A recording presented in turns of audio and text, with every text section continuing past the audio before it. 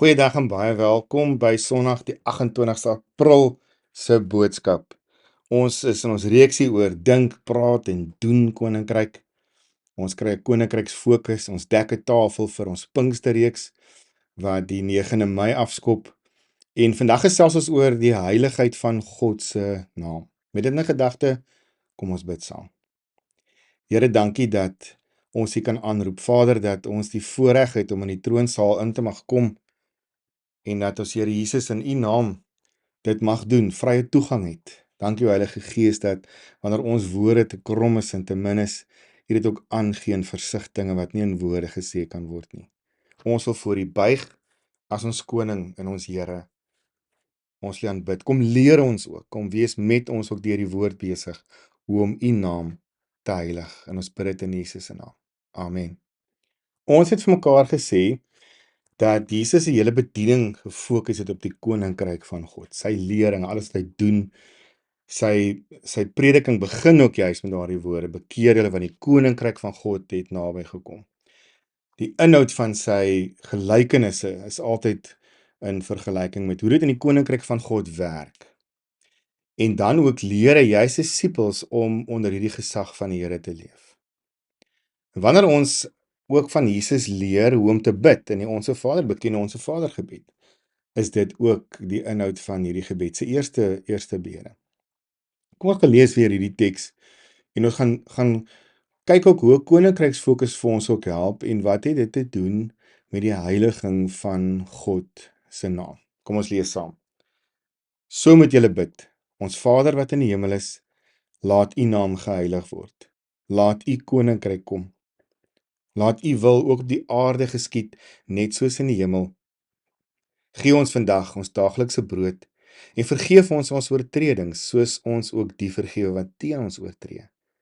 En laat ons nie in versoeking kom nie, maar verlos ons van die bose. Nou die grondteks, oorspronklike teks in die Grieks, weet ons vandag, het die slotwoorde, die volgende woorde nie bevat nie, maar ek gaan dit vandag weer bysit, juis ter wille van ons tema. Ons het ook so geleer bid, ons sing dit ook so, want aan U behoort die koninkryk en die krag en die heerlikheid tot in ewigheid. Amen. Dis 'n stukkie geloofsbelijdenis, nee, en ek dink vroeëre kerkvaders het dalk later bygevoeg, juis om daai fokus daar te stel. Ons gaan op die eerste gedeelte van hierdie bede fokus vandag, of een van hulle. Jesus spreek die Vader aan wat in die hemel is, dit verwys na sy verhewendheid, sy dieper en groter alomteenwoordigheid as net dit wat vir ons fisies sigbaar is, en dan hierdie woorde: laat U naam geheilig word. Laat U naam geheilig word. So, as ons dink, koninkryk van God, dan impliseer dit dat ons sê God is koning en ons is onderdane. Dis moeilik vir ons is nie aan so 'n regeringsstelsel gewoond nie, daar's ander dele, selfs in ons land waar daar koningshuise is. Ons dink aan Brittanje, ons dink aan die huis van Oranje, in Nederland, ons dink aan ander lande waar daar nog 'n koningshuis is, Monaco, maar ons ken dit nie regtig nie. Ons weet wat die geskiedenis sê, daar was 'n heerskappy van die Britte hier natuurlik, maar ons het heeltemal ander tipe regeringsstelsel. Maar as ons oor God praat, dan moet ons binne in hierdie wêreld kan indink en hierdie denkstroom kan indink. As ons dink oor die koninkryk van God, dan beteken dit ook ons staan onder sy naam en ons verteenwoordig sy naam. Nou, Micha skryf, Micha 4 vers 5. Elke nasie kan maar lewe in die naam van sy God. Ons sal altyd in die naam van die Here ons God lewe. Die naam van ons Here ons God. Nou, ek gaan vandag 'n paar Hebreëse terme ook vir ons wys en ek gaan nou ietsie meer daaroor sê. Maar hier word gepraat van die Here ons God en sy naam, Jahwe Elohenu, die Here ons God. Ons kom sê ook baie keer dat ons erken dat die Here die enigste Here is, soos Deuteronomium 6 vers 4 ons leer. Jesaja sê in Jesaja 46 vers 9, ek is God, daar is geen ander nie. Ek is God, daar is niemand soos ek nie. Hierdie verhewendheid van God, dit wat Jesus ook in sy gebed vir ons leer, kom maak ons ook bewus dat hierdie uniekheid, hierdie gans andersheid en grootheid van God ook te doen het met sy heiligheid. Om vir die naam van God eerbied en respek te hê, beteken dat ons besef sy naam is heilig. En daarom moet ons die grootheid van God se naam begryp. God self, maar ook die naam van God.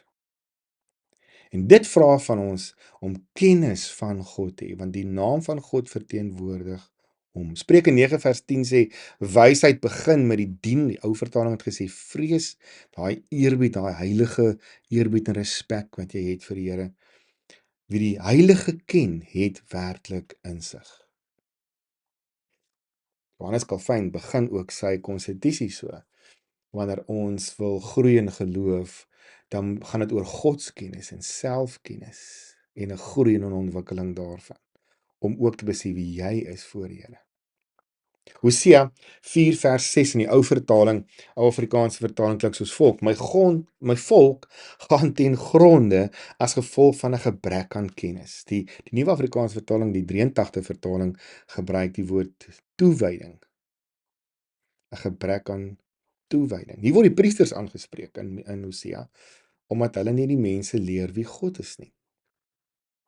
So, Jesus kom ook, en hy sê ook met die probleem, as die Sadduseërs na hom toe kom en die hele issue het met die hele gebruik van die trou van 'n vrou as 'n broer doodgaan, die oudste broer, en daarna gaan elkeen dood sonder om kinders te hê. Wie se vrou gaan sy nou in die hemel wees? Nie hiernamaals, hulle het nie daarin geglo nie, in 'n opstanding uit die dood nie. En dan sê Jesus, maar julle dwaal omdat julle nie die skrif en ook nie die krag van God ken nie.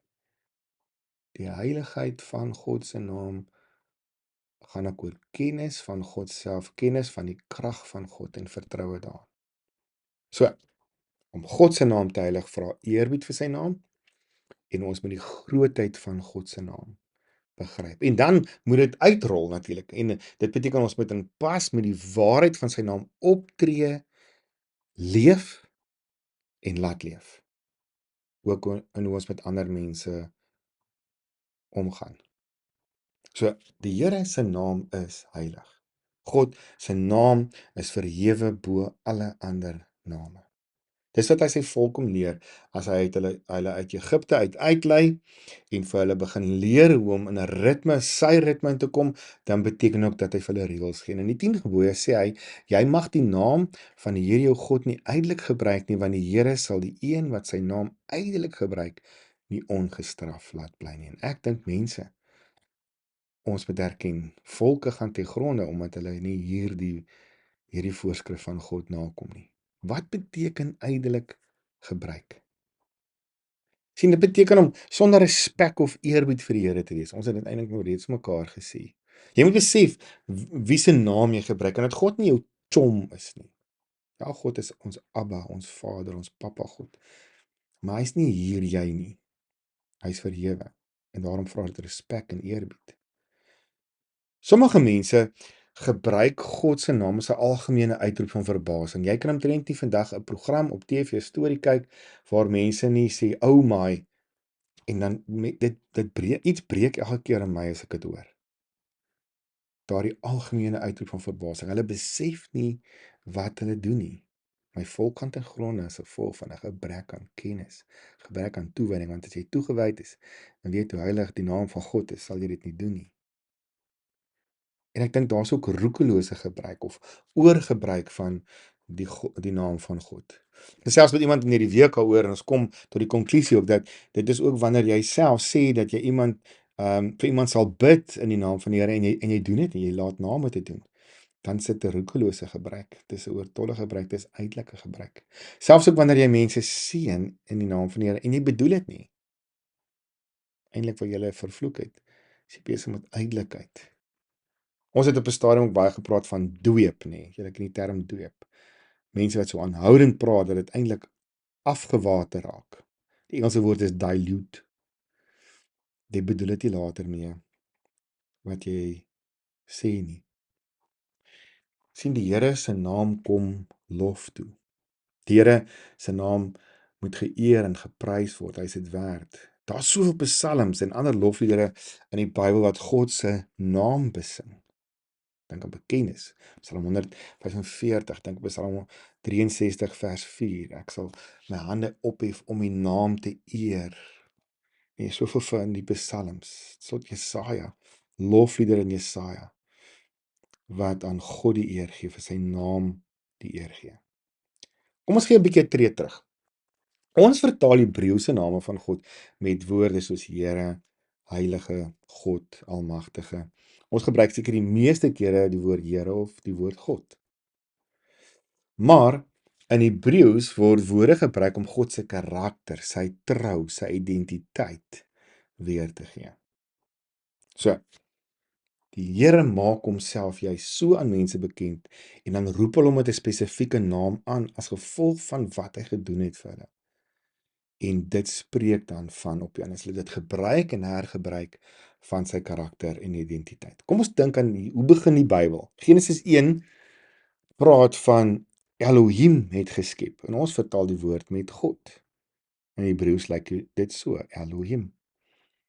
En is eintlik 'n meervoudsvorm om God te beskryf. Ons sê God is drie-enig, Vader, Seun en Gees. En hier's een term, een naam om hierdie drie-enige God, meervoudige God wat alles in een is, te beskryf. Wanneer hy ook die mens skep, sê kom ons maak die mens. Hy praat homself, praat hy met die engele daar rondom. So herhaaldelik in die Genesis verhaal kom hierdie woorde Jahwe, Elohim. Jahwe is die woord vir God, né? En hoe hy dan die een is wat ook deur sy gees skep, Ruach, hier so staan dit in Hebreëus, Elohim, die gees van God, die krag van God.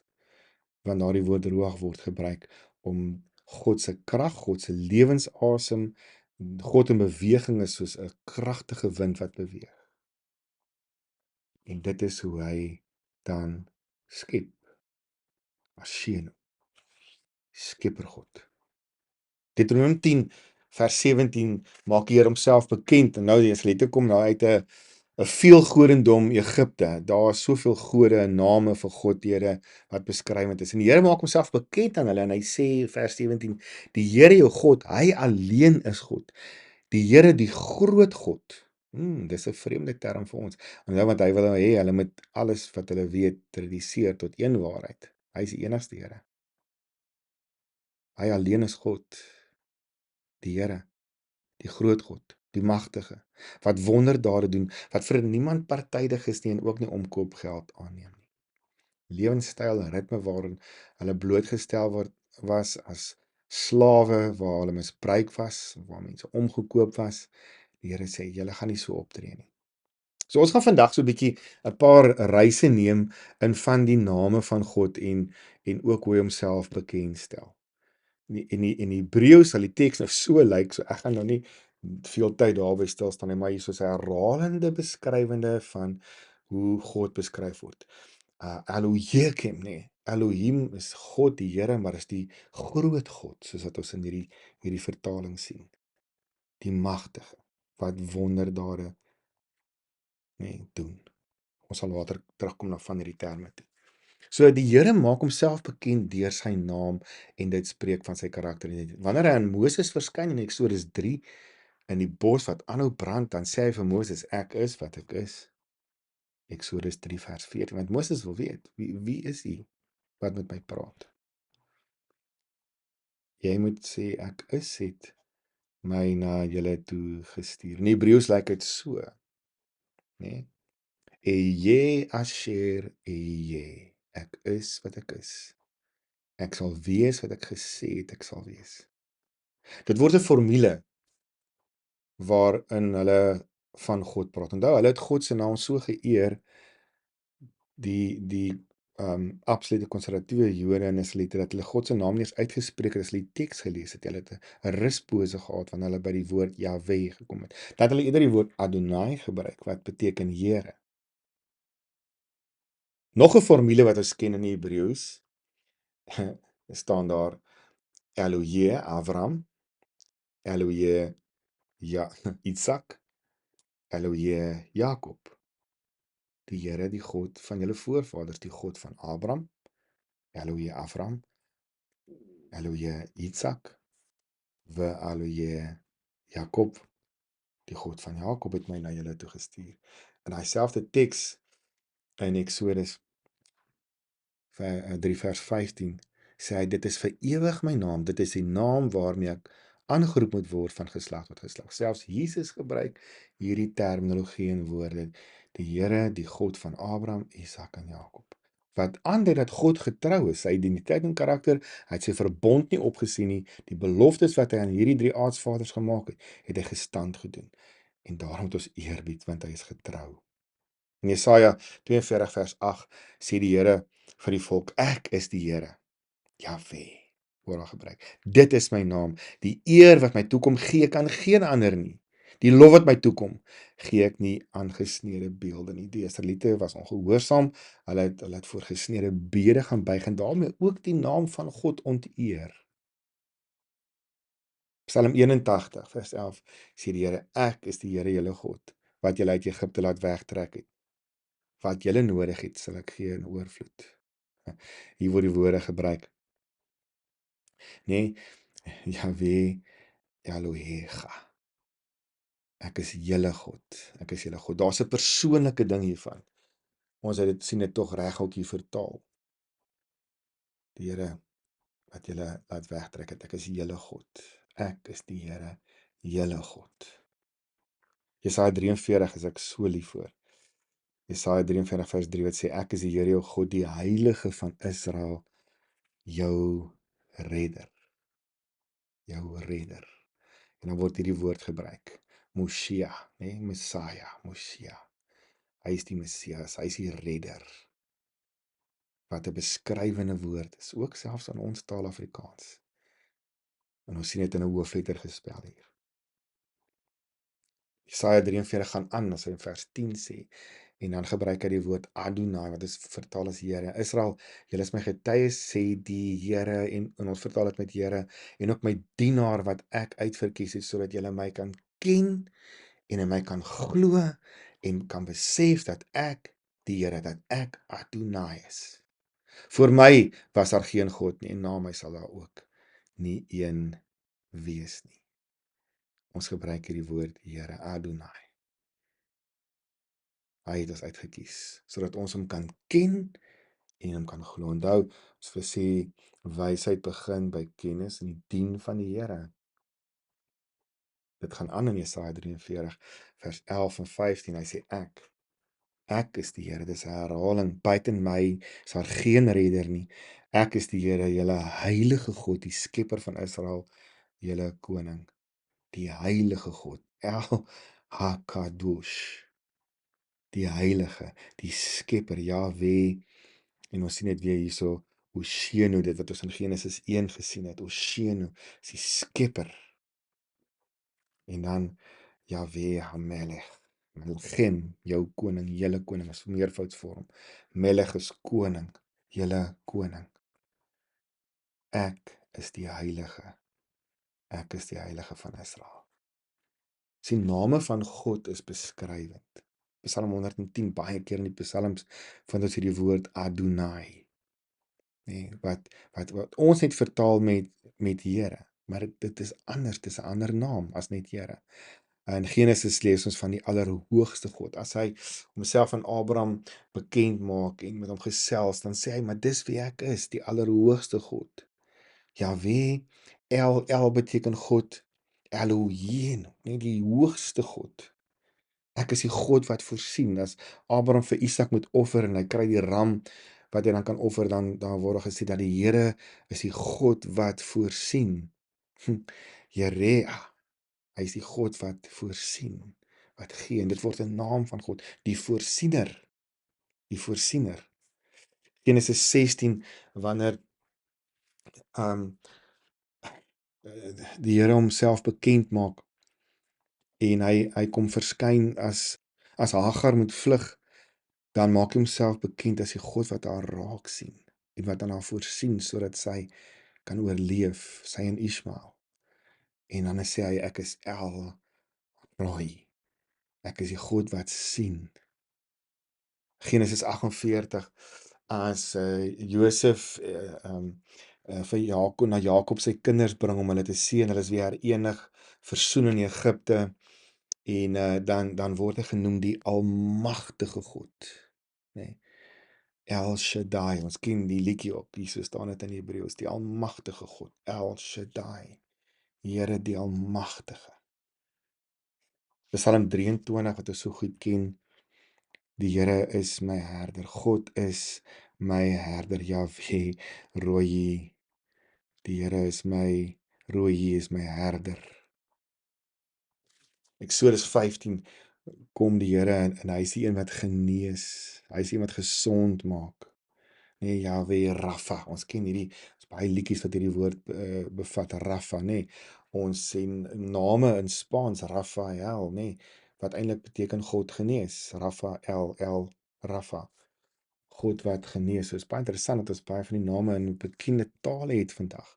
In Eksodus 17, wanneer die volk hulle eerste groot veldslag wen, ons ken daai verhaal so goed, en waar Joshua die leeraanvoerder is, en hulle oorwin, dan beskryf hulle God as hulle oorwinning. Die ou vertaling het gesê, God is ons banier, né? Jahwe Nissi, mense hoor dit baie wat mense gebruik, Jahwe Nissi. God is ons vaandel, het een van die ouer vertalings gesê. Ek sien die Nederlandse vertaling gebruik die woord ook spandoek, né? 'n banier is 'n spandoek, is 'n mooi woord. Maar dis oorwinnaar, daai vlag wat jy hys, daai oorwinningsvlag is 'n vaandel of 'n banier. Dis vir die Here ook vir hulle kom wysheid in sy karakter. En dan Psalm 31 vers 6 wat sê God is getrou. Emet, ons het hierdie woord gehad, is dieselfde stamwoord vir die woord amen, is emet. God is die getroue een. En ons sien dit gereeld wat hy van homself sê. Hy sê dit ook in Eksodus 34 vers 6. In Nehemia is hy die ontzagwekkende God. Die ontzagwekkende God. Nou, ons het daai woordjie awesome in Engels.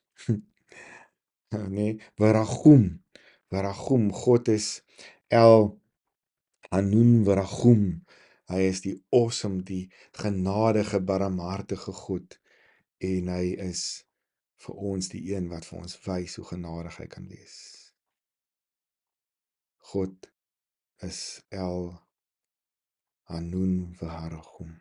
Waragum is van die beharm, wanneer jou binneste, in jou binneste ingewande, jy meegevoer word van meelewing en innigheid wat jy voel vir iemand anders, dan vat jy daai aksie toe. Dit is wanneer jy ragum het. 2 Samuel 5 vers 10, wat sê die Here die almagtige van die leerskare, Jahwe Tsevaot, baie bekende term in die Hebreëus, Jahwe Tsevaot. Ons vertaal dit baie keer as die Here die almagtige, maar dit beteken letterlik die Here van die leerskare, die leermagte van die hemel, se aanvoerder, dit is die Here God. So, as Jesus ons leer bid, dan begin hy ook oor die heiligheid van God se naam praat. Hierdie God met soveel name, daar's nog so baie, en ek dink ons het tyd genoeg om vandag aan nog aandag te gee nie. Maar dis deel van die heel eerste bede wat Jesus bid. Die belangrikste vir Jesus vir ons om te leer wanneer ons bid, is die verheerliking van God se naam. En tog bid ons altyd oor dit wat vir ons die swaarste weeg. Nie waar nie? En dan sê Jesus, wat die swaarste vir ons moet weeg wanneer ons gebed na God toe kom, is om hom aan te spreek as die Vader in die hemel, wie se naam heilig is.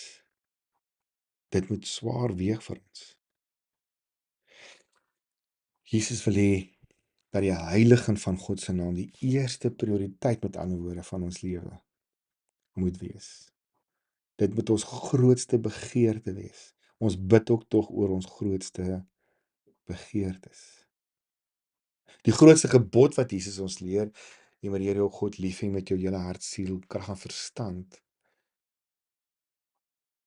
gaan ook oor 'n liefde vir sy naam. Geliefdes, groter as geliefdes, groter as onsself, groter as alles wat ons liefhet. Ons sluit nie net God in 'n versameling van geliefdes in nie. God is die grootste van alles wat ons kan versamel as geliefdes, of as goeders wat ons voor liefhet. As ons God se naam heilig, dan is dit ook vir die heiliging van sy naam in ons gebede. Dan buig ons met ander woorde wanneer ons dit in ons harte vir wat vir hom kosbaar is. En dit sluit ook sy redding in. In Handelinge 4 vers 12 getuig Petrus, Jesus bring die verlossing en niemand anders nie. Daar is geen ander naam op die aarde aan die mense gegee waardeur God wil dat ons verlos moet word nie, as in die naam van Jesus. En daarom sê ons aan die einde van hierdie gebed, dis aan U.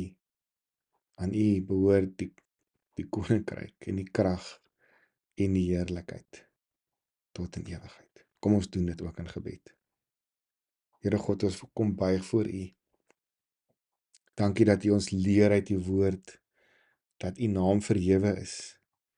Dankie dat U naam vir ons beskrywend is. U wat ons redder is, verlosser is. U wat groter is as ons kan dink of bid. Ons kan U grootheid nie beskryf nie, maar mag ons die heiligheid van die naam eer in ons woorde, in ons lofliedere, in ons gehoorsaamheid, in ons gebede, in hoe ons met ander omgaan, hoe ons barmhartigheid bewys en deernis en trou. En dit is wat U van ons vra. Dankie dat in elkeen van daardie aksies ons ook U naam kan heilig. En daarom vra ons Heilige Gees, help ons Here in ons ongehoorsaamheid, want ons weet en besef ook vandag in ons ongehoorsaamheid doen ons U naam ook oneer aan. So help ons om te volhard in 'n pad van gehoorsaamheid en lof en eer vir U heilige naam. Amen.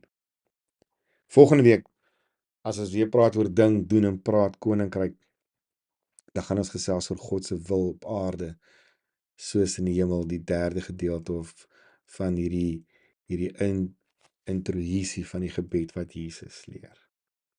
Mag jy 'n geseënde dag hê, mag die Here vir jou seën en beskerm, mag hy sy aangesig oor jou skyn, mag hy jou gebede verhoor en aan jou sy vrede gee. Amen.